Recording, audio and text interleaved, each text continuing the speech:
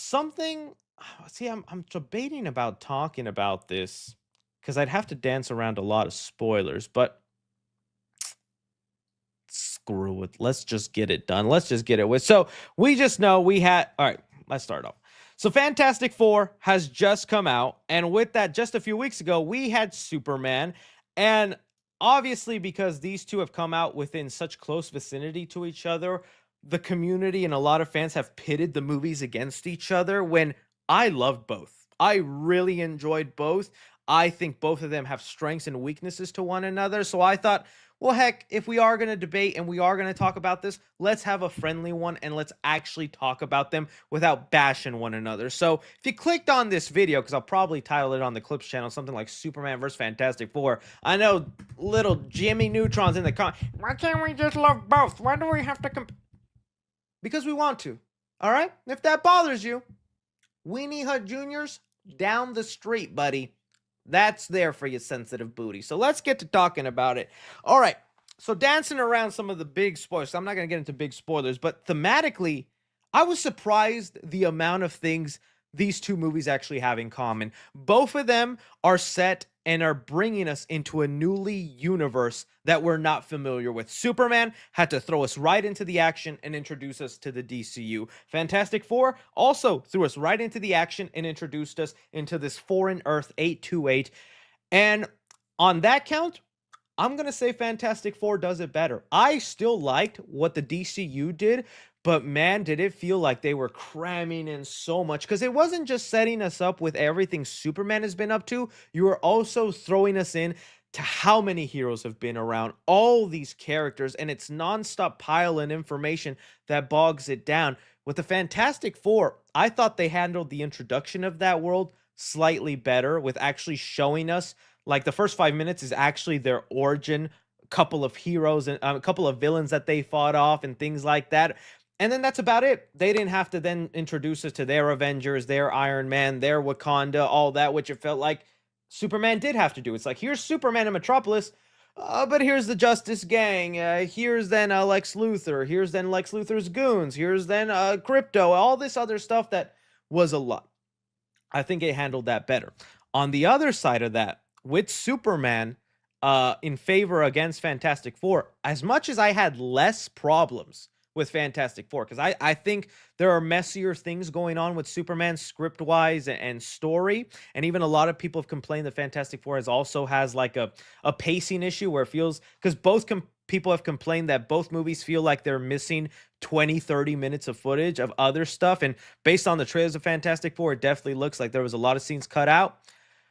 On the other hand of that, Superman has these euphoric, in the feeling moments that Fantastic Four just does not have. Okay, I think about the scene in Superman when he saves the lady from the building and she drives away, turns around crying, and then Superman appears from the smoke and the score swells up.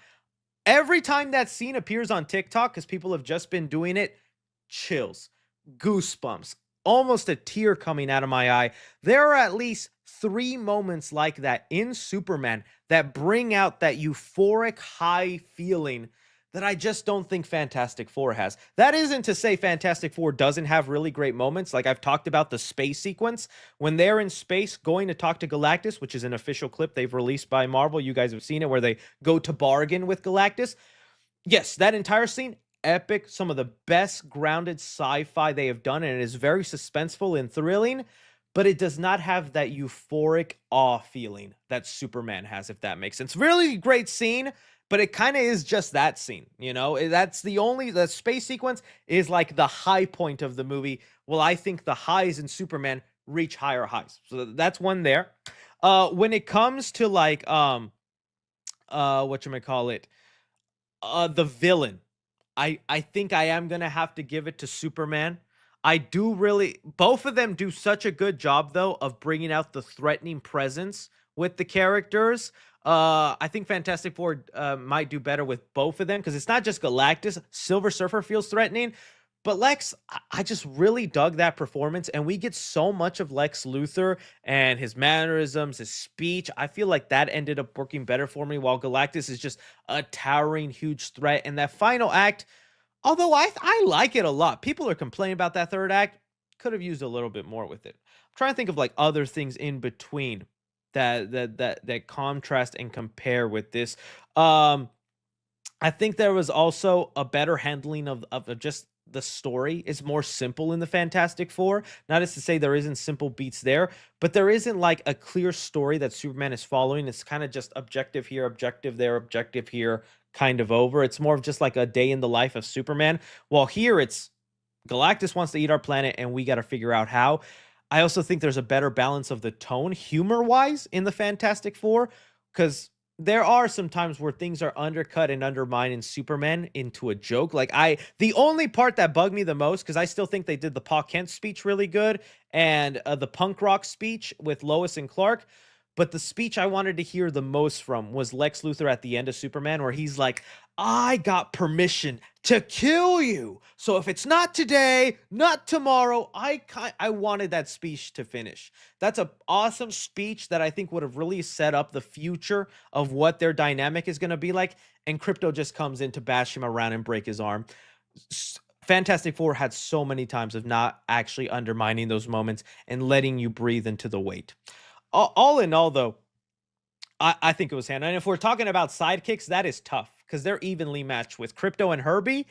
Both of them had them cute, lovable sidekick things that really worked for me. I was like, oh, that's adorable. I want one of those. I might lean a little more towards Herbie, especially in the lullaby scene. There's a scene where Herbie's singing a lullaby and then something happens to Herb in that moment that is both, I think, sad but funny at the same time. um so I don't they both have their strengths, they both have their weaknesses one another. I still think at the end Marvel and DC are winning. They both put out really compelling films where I could argue why Fantastic Four is better and maybe you agree with me, or you could argue why Superman is better and I would agree with you. It's pretty evenly matched and I think that's great because when they're thriving, this isn't a situation where there's a clear winner. I've seen multiple people say Superman is better, no Batman, or Fantastic Four is better. I think it's evenly matched. So please, you in the comments down below, what you think these movies did better and what you think their weaknesses are. Because I thought, you know, that was one for them.